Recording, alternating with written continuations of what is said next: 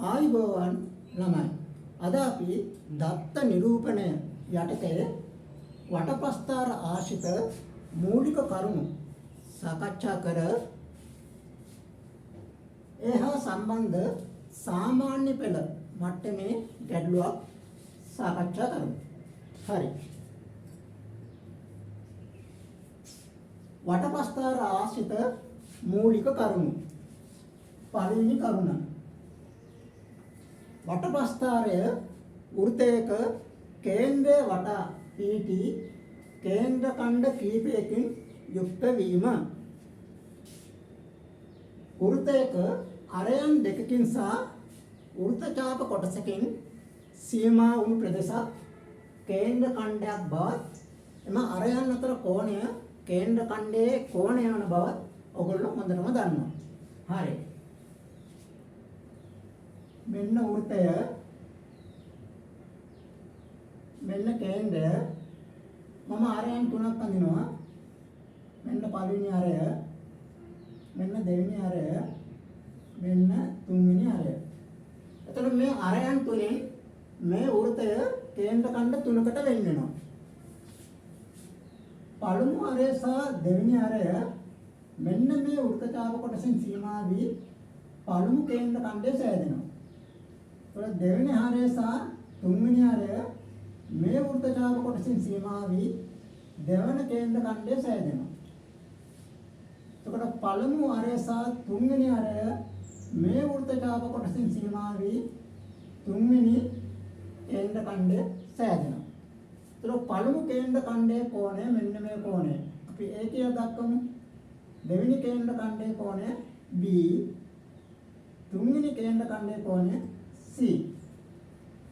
එතකොට මෙතන උඩාම කෝණය B, B ට වඩා A විශාලයි, A ට වඩා C විශාලයි. හරි. එතකොට මෙවැනි කේන්ද්‍ර ඛණ්ඩ කීපයක් වටපස්ථාරයක් තුළ දකින්න ලැබෙනවා. දෙකක්, තුනක්, හතරක්, පහක් වශයෙන් කීපයක්ම දකින්න ලැබෙනවා. හරි. දෙවෙනි කරුණ. එක් කේන්ද්‍ර ඛණ්ඩයේ දත්ත ඇතුළත් වන අතර ඇතුළත් වන දත්ත ප්‍රමාණය කේන්ද්‍ර ඛණ්ඩයේ කෝණයේ විශාලත්වය මත රඳා පවතිනවා. ඒ අනුව කුඩා කෝණයක් සහිත කේන්ද්‍ර ඛණ්ඩයක ඇතුළත් වන දත්ත ප්‍රමාණයට වඩා වැඩි දත්ත ප්‍රමාණයක් විශාල කෝණයක් සහිත කේන්ද්‍ර ඛණ්ඩයක් තුළ ඇතුළත් වෙනවා. ඒ අනුව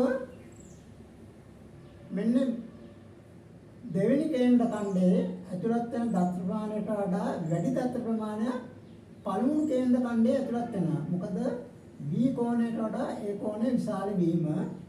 ඒ වගේම පළමු කේන්ද්‍ර ඛණ්ඩයේ ඇතුළත් වෙන දත්ත ප්‍රමාණයට වඩා වැඩි දත්ත ප්‍රමාණයක් තුන්වෙනි කේන්ද්‍ර ඛණ්ඩය තුළ ඇතුළත් වෙනවා.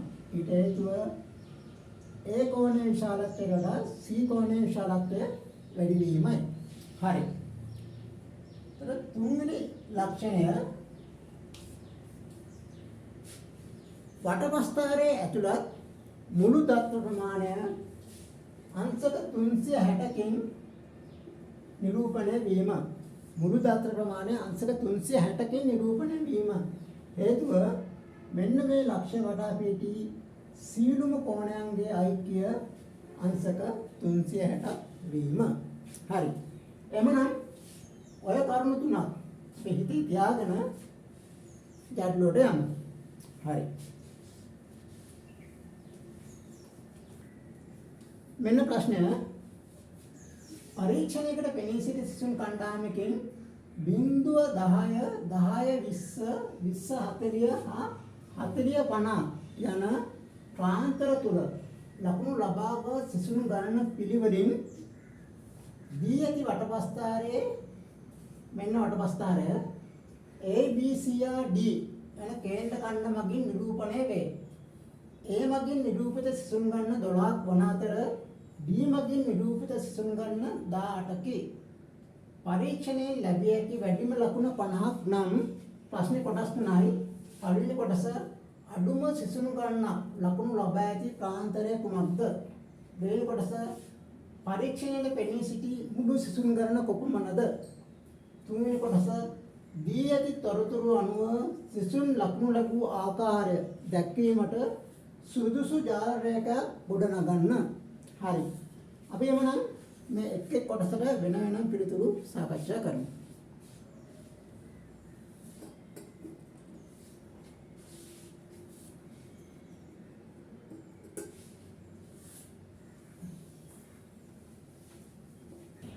හරි අපි එමනම් ගැටලුවට යමු. පරීක්ෂණයකට පෙනී සිටි සිසුන් කණ්ඩායම ලකුණු ලබා ඇති ආකාරය වටප්‍රස්ථාරයෙන් දැක්වෙනවා. 0 සිට 10 දක්වා ලකුණු ලබා ඇති සිසුන් A කේන්ද්‍රික ඛණ්ඩයෙන් දැක්වෙනවා. 10 සිට 20 දක්වා B කේන්ද්‍රික ඛණ්ඩයෙන්, 20 සිට 40 දක්වා C කේන්ද්‍රික ඛණ්ඩයෙන්, 40 සිට 50 දක්වා D කේන්ද්‍රික ඛණ්ඩයෙන් දැක්වෙනවා. A කේන්ද්‍රික ඛණ්ඩය නිරූපණය කරන සිසුන් ගණන 12යි, D කේන්ද්‍රික ඛණ්ඩය නිරූපණය කරන සිසුන් ගණන 18යි. පරීක්ෂණයෙන් ලැබිය හැකි වැඩිම ලකුණ 50ක් බව සඳහන් වෙනවා. උත්තර ප්‍රශ්නේ පළවෙනි කොටස අඩුම සිසුන් පිරිසක් ලකුණු ලබා ඇති ප්‍රාන්තරය කුමක්ද? අඩුම සිසුන් පිරිසක් ලකුණු ලබා ඇති ප්‍රාන්තරය කුමක්ද? අපි දන්නවා වටප්‍රස්ථාරයක ඇතුළත් වන දත්ත ප්‍රමාණය ඒ කේන්ද්‍රික ඛණ්ඩයේ කෝණයේ විශාලත්වය මත රඳා පවතින බව. මෙතනදී අපි සිසුන් සංඛ්‍යාව දත්තයක් ලෙස සලකනවා. ඒ අනුව අඩුම සිසුන් පිරිසක් ඇතුළත් වන්නේ කුඩාම කෝණයක් සහිත කේන්ද්‍රික ඛණ්ඩයෙන්. ඒ අනුව මෙතන A B C D කියන කේන්ද්‍රික ඛණ්ඩවල කුඩාම කෝණයක් සහිත කේන්ද්‍රික ඛණ්ඩය වන්නේ B කේන්ද්‍රික ඛණ්ඩය. එමනම් B කේන්ද්‍රික ඛණ්ඩය නිරූපණය කරන සිසුන් ලබාගත් ලකුණු ඇතුළත් ප්‍රාන්තරය 10 සිට 20 දක්වායි. 10 සිට 20 දක්වායි. එමනම් අඩුම සිසුන් පිරිසක් ලකුණු ලබා ඇති ප්‍රාන්තරය සමානයි 10 කෙටි ඉලක්ක 20. හරි. දෙවෙනි ප්‍රශ්නේ කණ්ඩායමේ මුළු සිසුන් ගණන සොයන්න. කණ්ඩායමේ මුළු සිසුන් ගණන සොයන්න. දැන් අපි දන්නවා වටප්‍රස්ථාරයක මුළු දත්ත ප්‍රමාණය 360ක කෝණයකින් නිරූපණය වෙන බව. එhmenan අපි අංශක 360ක කෝණයකින් නිරූපණය වන සිසුන් ගණන සොයමු. මේ සිසුන් ගණන මුළු සිසුන් ගණනයි. දැන් අපි දන්නවා මේ A කේන්ද්‍රික ඛණ්ඩයේ කෝණය අංශක 90යි. මේ කේන්ද්‍රික ඛණ්ඩයේ නිරූපණය කරන සිසුන් ගණන 12යි. නේ එහෙනම් අපි බලමු 360කින් නිරූපණය කරන සිසුන් ගණන මුළු සිසුන් ගණන අංශක 90කින් නිරූපණය කරන සිසුන් ගණන 12යි. එහෙනම් අංශක 360කින් නිරූපණය වෙන සිසුන් ගණන මේ අංශක වලට මේ අංශ ගියා, මේ බිඳුවට මේ බිඳුව ගියා, නාවරක් 1යි, නාවරක් 4යි, 4ක් 12 48යි. 48යි. එහෙනම් මේ පරීක්ෂණයේ පෙනී සිටි මුළු සිසුන් ගණන 48යි. සිසුන් ගණන 48යි. හරි අපි එමනම් තුන්වෙනි කොටසට යමු. තුන්වෙනි කොටස වටප්‍රස්ථාරයේ දී ඇති තොරතුරු ඇසුරෙන් සිසුන් ලකුණු ලබා ඇති ආකාරය දැක්වීමට සුදුසු ජාල රේඛා ගොඩනගන්න. මෙතනදී අපි මුලින්ම ඒ පන්ති ප්‍රාන්තර තුල ලකුණු ලබා ඇති සිසුන් සංඛ්‍යාව වෙන වෙනම සොයාගෙන ලබාගත් ලකුණු ඉදිරියේ සිසුන් සංඛ්‍යාව ප්‍රස්ථාරගත කිරීමෙන් ජාල රේඛය ගොඩනගමු. හරි අපි මුලින්ම පන්ති ප්‍රාන්තර වෙනම සටහන් කරගෙන එම පන්ති ප්‍රාන්තර නිරූපණය කරන සිසුන් ගණන සොයාගමු. පළමු පන්ති ප්‍රාන්තරය 0 සිට 10 දක්වා. මෙතන සිසුන් ගණන සටහන් කරගමු. දෙවෙනි පන්ති ප්‍රාන්තරය 10 සිට 20 දක්වා. අදාළ සිසුන් ගණන මෙතන සටහන් කරගමු. තුන්වෙනි පන්ති ප්‍රාන්තරය 20 සිට 40 දක්වා. සිසුන් ගන්න මෙතන සටහන් කරමු. 40 සිට 50 දක්වා සිසුන් ගන්න එතන සටහන් කරගමු. හරි. ඒතර බිංදුවේ සිට 10 දක්වා ලකුණු ලබා ඇති සිසුන් ඒ කේන්ද්‍රීය ඛණ්ඩය තුල ඇතුළත් වෙනවා. ඒතර ඒ කේන්ද්‍රීය ඛණ්ඩයේ ඇතුළත් වෙන සිසුන් ගන්න 12යි. එහෙමනම් බිංදුවේ සිට 10 දක්වා ලකුණු ලබා ඇති සිසුන් ගන්න 12යි. ඊළඟට බලමු 10 සිට 20 දක්වා ලකුණු ලබා ඇති සිසුන් ගන්න. 10 සිට 20 දක්වා ලකුණු ලබා ඇති සිසුන් ගන්න B කේන්ද්‍රීය ඛණ්ඩය තුල ඇතුළත් වෙනවා. B කේන්ද්‍රීය ඛණ්ඩය තුල ඇතුළත් වෙන සිසුන් ගන්න ඒ කෝණය ඇසුරෙන් අපි සොයාගමු. කෝණය අංශක 45යි. එහෙමනම් B හි ඇතුළත් සිසුන් ගන්න සමාන වෙනවා අංශක 90කින් නිරූපණය වෙන සිසුන් ගන්න 12යි නම් අංශක 45කින් නිරූපණය වෙන සිසුන් ගන්න සොයාගමු. අංශක 90කින් නිරූපණය වෙන සිසුන් ගන්න 12යි. එහෙමනම් අංශක 45කින් නිරූපණය වෙන සිසුන් ගන්න. මේ අංශක වලට මේ අංශක කැපිලා යනවා. 45ව 1යි 90ට 45ව 2යි. දෙවරක් 1යි දෙවරක් 6යි. 6 වරක් 1 6යි. 6 බෙදීම 1 සමානයි 6යි. එහෙමනම් B කේන්ද්‍රීය ඛණ්ඩය එහෙම නැත්නම් 10 සිට 20 දක්වා ලකුණු ලබා ඇති සිසුන් ගණන 6යි. හරි. ඊළඟට බලමු 20 සිට 40 දක්වා ලකුණු ලබා ඇති සිසුන් ගණන. 20 සිට 40 දක්වා ලකුණු ලබා ඇති සිසුන් ගණන ඇතුළත් වන්නේ C කේන්ද්‍රීය ඛණ්ඩයටයි. C කේන්ද්‍රීය ඛණ්ඩයේ සිසුන් ගණන සොයාගැනීම නම් අපිට M කේන්ද්‍රීය ඛණ්ඩයේ කෝණය අවශ්‍ය වෙනවා. කෝණය සඳහන් වෙන්නේ නැහැ. අපි C කේන්ද්‍රීය ඛණ්ඩයේ කෝණය D කේන්ද්‍රීය ඛණ්ඩය ඇසුරින් සොයාගමු. මුලින් D කේන්ද්‍රීය ඛණ්ඩයේ කෝණය සොයාගෙන එමගින් C කේන්ද්‍රීය ඛණ්ඩයේ කෝණය සොයාගමු. හරි. එමනම් අපි බලමු D කේන්ද්‍රීය ඛණ්ඩයේ කෝණය සොයාගන්න. D කේන්ද්‍රීය ඛණ්ඩයේ කෝණය. D කේන්ද්‍රීය ඛණ්ඩයේ ඇතුළත් සිසුන් ගණන 18යි. අපි දන්නවා සිසුන් 12 නිරූපණය වෙන කෝණය අංශක 90යි. එහෙමනම් සිසුන් 18ක් නිරූපණය වෙන කෝණය අපි සොයාගමු. සිසුන් 12 දෙනෙක් නිරූපණය වෙන කෝණය අංශක 90යි. 12 දෙනෙක් නිරූපණය වෙන කෝණය අංශක 90යි. එහෙමනම් 18 දෙනෙක් නිරූපණය වෙන කෝණය කොපමණද? 6 වරක් 3 18යි 6 වරක් 2 12යි දෙවරක් 1යි දෙවරක් 4 8යි එකක් ඉතිරි 10ට දෙවරක් 5යි අංශක 45යි. දැන් අංශක 45 අපි තුනෙන් කොට කරමු. 3 වරක් 5 15යි 3 වරක් 4 12යි 1යි 13යි අංශක 35යි. අංශක 35යි. එහෙනම් D කේන්ද්‍රීය ඛණ්ඩයේ කේන්ද්‍රික කෝණය අංශක 35යි. දැන් අපි C කේන්ද්‍රික ඛණ්ඩයේ කෝණය සොයාගමු.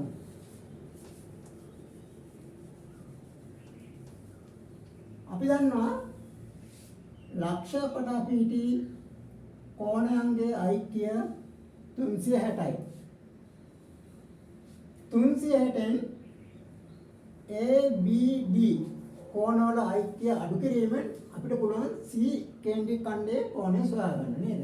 එhmenan C හි කෝණය සමානයි 360 ඍණ A කෝණය ධන B කෝණය ධන D කෝණය. හරි අපි ආදේශ කරමු 360න් අපි අඩු කරමු A කේන්ද්‍රික ඛණ්ඩයේ කෝණය අගය අංශක 90යි. ධන B කේන්ද්‍රික ඛණ්ඩයේ කෝණය අගය අංශක 45යි. ධන D කේන්ද්‍රික ඛණ්ඩයේ කෝණය අගය අංශක 35යි.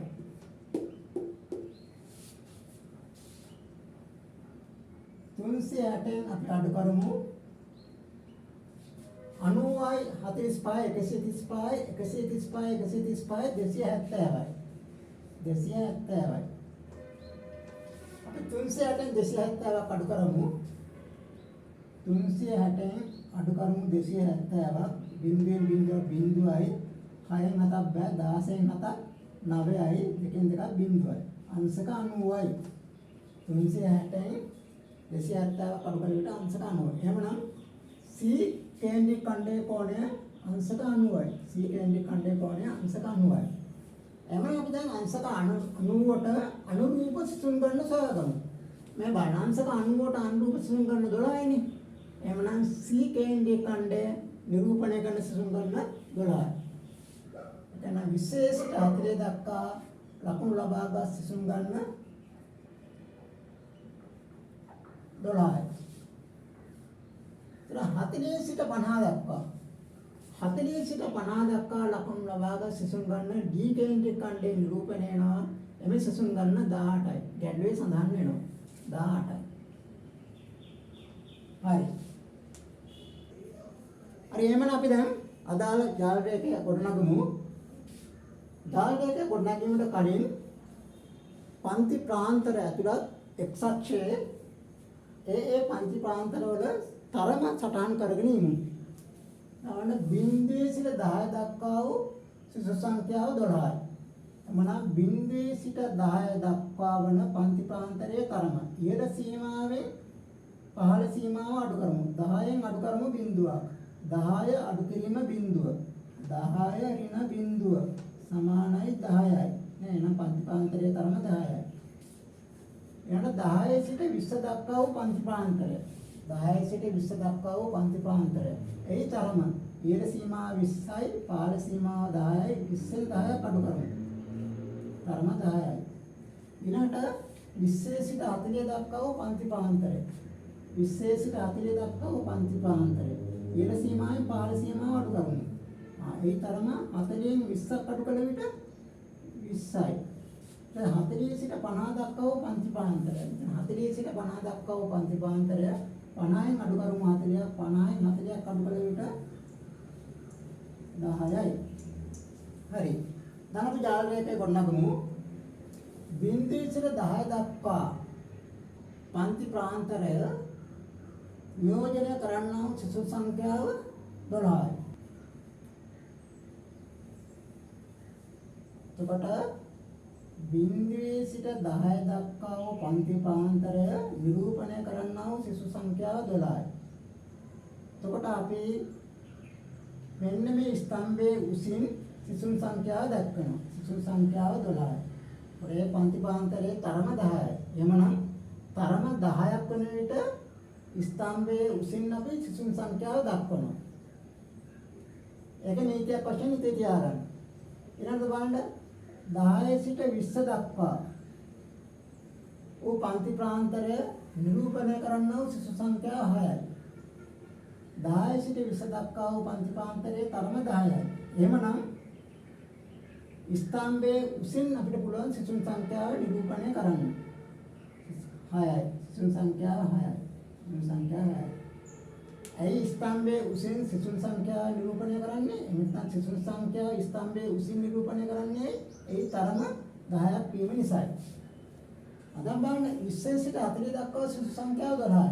20 සිට 40 දක්වා වූ පන්ති ප්‍රාන්තරයට අදාළ සිසු සංඛ්‍යාව 12යි. එhmenan අපි 20 සිට 40 දක්වා වූ ස්තම්භය 12ක් උසට අඳිනවාද? අපිට මේ ස්තම්භය මේ ආකාරයට දක්වන්න හැකියාවක් ලැබෙන්නේ නැහැ. හේතුව මේ පන්ති ප්‍රාන්තරයේ තරම 10 නොවීමයි. 40 සිට 20 දක්වා වූ පන්ති ප්‍රාන්තරයේ තරම 10 නොවීමයි. ඒ පන්ති ප්‍රාන්තරයේ තරම 20යි. අන්න ඒ නිසා මෙතනදී මෙන්න මේ ස්තම්භය තරම 10ක් වන පන්ති ප්‍රාන්තර දෙකකටයි මුලින්ම වෙන් කරගන්නවා. තරම 10ක් වන පන්ති ප්‍රාන්තර දෙකකට මුලින්ම වෙන් කරගන්නවා. 20 සිට 30 දක්වා පන්ති ප්‍රාන්තරය, 30 සිට 40 දක්වා තවත් පන්ති ප්‍රාන්තරයක්. දැන් 20 සිට 40 දක්වා වූ පන්ති ප්‍රාන්තරේ නිරූපණය කරන්නා වූ සිසුන් සංඛ්‍යාව 12 ඉන්නේ. 12 අපි දෙකට බෙදනවා. 12 දෙකෙන් බෙදීමෙන් අපිට ලැබෙනවා 6ක්. මේ එක් පන්ති ප්‍රාන්තරයකට ඇතුළත් සිසු සංඛ්‍යාව 6යි. අනෙක් පන්ති ප්‍රාන්තරයකට ඇතුළත් සිසු සංඛ්‍යාව 6යි. එහෙමනම් මේ සිසුන් සංඛ්‍යාව මේ සිසුන් සංඛ්‍යාව මේ ස්තම්භයේ උසින් නිරූපණය වෙනවා. මේ සිසුන් සංඛ්‍යාවත් මේ ස්තම්භයේ උසින් නිරූපණය. ඇයි නිරූපණය වෙන්නේ? මේ ස්තම්භ වලට අදාළ පන්ති ප්‍රාන්තර වල තරම 10ක් නිසා. 20 සිට 30 දක්වා වූ පන්ති ප්‍රාන්තරයේ තරම 10යි. 30 20 තරම 10යි. 30 සිට 40 දක්වා වූ පන්ති ප්‍රාන්තරයේ තරම 10යි. 40න් 30ක් අඩු කරන විට 10යි. එහෙමනම් මේ ස්තම්භයේ උස 6කට සීමා විය යුතුයි. මේ ස්තම්භයේ උස 6කට සීමා විය යුතුයි. මේ ස්තම්භයේ උස 6කට සීමා විය යුතුයි. එමනම් දැන් වලට වැටෙනවා අපි මුලින් යන ස්තම්භය සම්පූර්ණයෙන්ම වැරදි බව. හරි. එතකොට ඊළඟ බලමු 40 සිට 50 දක්වා වූ පන්ති ප්‍රාන්තරය නියෝජනය කරන්නා වූ සිසුන් සංඛ්‍යාව 18යි. අපිට පුළුවන් මේ ස්තම්භය 18 දක්වාම අඳින්න. 18 දක්වාම අඳින්න පුළුවන්ද? අඳින්න පුළුවන්. හේතුව මේ පන්ති ප්‍රාන්තරයේ තරම 10ක් කියනයි. පන්ති ප්‍රාන්තරයේ තරම 10යි. එhmenan ස්තම්භයේ උස සිසුන් සංඛ්‍යාවට සමාන වෙනවා. සිසු සංඛ්‍යාව 18යි. ස්තම්භයේ උස සිසුන් සංඛ්‍යාවට සමාන වෙනවා. එhmenan ඕගොල්ලෝ ඒ කරුණ හිතේ තියාගන්න. ජාලරයක ගොඩනැගීමේදී අදාළ පන්ති ප්‍රාන්තරවල තරම එක හා සමාන නම් පමණයි ස්තම්භයේ උසින් අදාළ සිසුන් සංඛ්‍යාව දැක්විය හැකි වන්නේ. හරි. ජාලරයක ගොඩනැගීමේදී අදාළ ස්තම්භයේ උසින් දත්ත ප්‍රමාණය තීරණය කළ හැකි වන්නේ අදාළ පන්ති ප්‍රාන්තරවල තරම සමාන නම් පමණි. එමනම් අද අපි ජාලරයට ආශ්‍රිත මූලික කරුණු සාකච්ඡා කර ඒ සම්බන්ධ ඕලෝල් මට්ටමේ ගැටලුවක් සාකච්ඡා කරා. අපි තවත් දවසක තවත් ගැටලුවකින් හමු වෙමු.